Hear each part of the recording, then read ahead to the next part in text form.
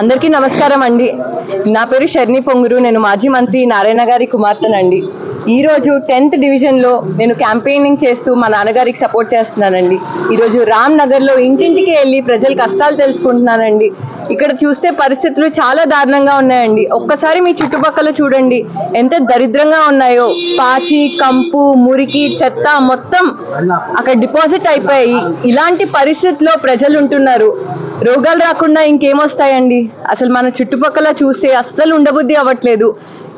ప్రజల్ని అడుగుతుంటే 4 ఏళ్ళ నుంచి ఎవరు రావట్లేదమ్మా, అసలు చెత్త క్లీన్ చేయట్లేదు, మా పరిస్థితి ఇలా ఉంది, మేము మోసపోయాము, వైసీపీ పార్టీకి అనవసరంగా ఓటేసి మోసపోయాము అంటున్నారు. ఖచ్చితంగా టీడీపీ గవర్నమెంట్ వస్తే, నారాయణ గారు వస్తే ఇవన్నీ క్లీన్ చేసి ప్రాపర్ క్లీనింగ్ మానిటరింగ్ చేసి ప్రతి ఒక్క సెకండ్ మైన్యూట్గా డెఫినెట్గా అభివృద్ధి చేస్తారండి. 90% మీ అందరికీ తెలుసు under ground drainage system 2014 to 2019 TDP ప్రభుత్వం ఉన్నప్పుడు అయిపోయింది. ఆ 10% మాత్రమే పూర్తవ్వాలి. ఇంత లోపల వైసీపీ గవర్నమెంట్ వచ్చేసింది కాబట్టి ఆగిపోయింది. 100% మా నాన్నగారు వస్తే first and foremost under ground drainage system చేస్తారండి. ఎవరికన్నా బాలేకపోతే, జబ్బులు వస్తే ఫస్ట్ 2 రీజన్స్ ఉంటాయండి. తినే తిండి వల్ల, లేకపోతే తాగే నీరు వల్ల. తాగే నీరు ఖచ్చితంగా ప్యూర్ వాటర్ అయి ఉండాలని టీడీపీ గవర్నమెంట్ ఉన్నప్పుడు 2014 నుంచి 2019 స్వచ్ఛమైన నీళ్ళు రావాలని ఇంటింటికి బ్లూ వాటర్ పైప్స్ కనెక్షన్ ఇచ్చారండి. ఆ కనెక్షన్ ఆల్మోస్ట్ అయిపోయింది, కొంతవరకే ఉంది. టీడీపీ గవర్నమెంట్ వస్తే, మా నాన్నగారు వస్తే 100% అదే చేస్తారండి. అది వైసీపీ గవర్నమెంట్ దాన్ని కొనసాగించలేదు, వాళ్ళకి పేరు వస్తుందని.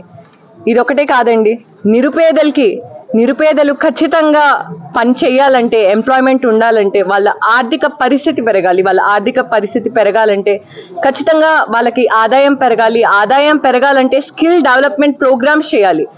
టీడీపీ గవర్నమెంట్ ఉన్నప్పుడు 2014 to 2019 ఒక skill development centre exclusive for లేడీస్కి పెట్టారండి. కానీ ఇప్పుడు ఆ స్కిల్ డెవలప్మెంట్ సెంటర్ ఏమైంది? వైసీపీ వాళ్ళు దాన్ని చికెన్ సెంటర్గా చేశారు. ఎంత దారుణం అండి, మీరే చూడండి. అందరికీ భోజనం పెట్టే అన్న క్యాంటీన్స్ ఏమైపోయాయి? పాపం నిరుపేదలు ఏం చేశారండి?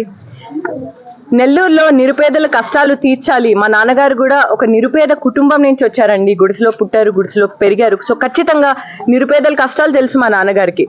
మా నాన్నగారు మినిస్టర్ అయినప్పుడు 2014లో ఎవరూ చెప్పలేదండి ఈ పనులు చేయాలి, ఆ పనులు చేయాలని. నెల్లూరులో ఒక నిరుపేద కూడా ఉండకూడదని ఫస్ట్ అండ్ ఫార్మోస్ట్ గృహ నిర్మాణం చేశారు. 47,000 హౌసెస్ టిట్కో ఇల్లండి, గ్రనైట్ ఇల్లు 8 monthsలో కట్టారండి. అవి నిజంగా నిరుపేదలకు ఇచ్చుంటే ఈరోజు మనకి సమస్య వచ్చేది కాదు, ఈరోజు మనకి బాధ వచ్చేది కాదు. నిరుపేదలు ఇలాంటి ఎన్వైర్న్మెంట్లో, మురికి, చెత్త, కంపు ఉన్న ఎన్వైర్న్మెంట్లో ఉండేవాళ్ళు కాదు. వాళ్ళకి జబ్బులు అసలు వచ్చేవే కాదు.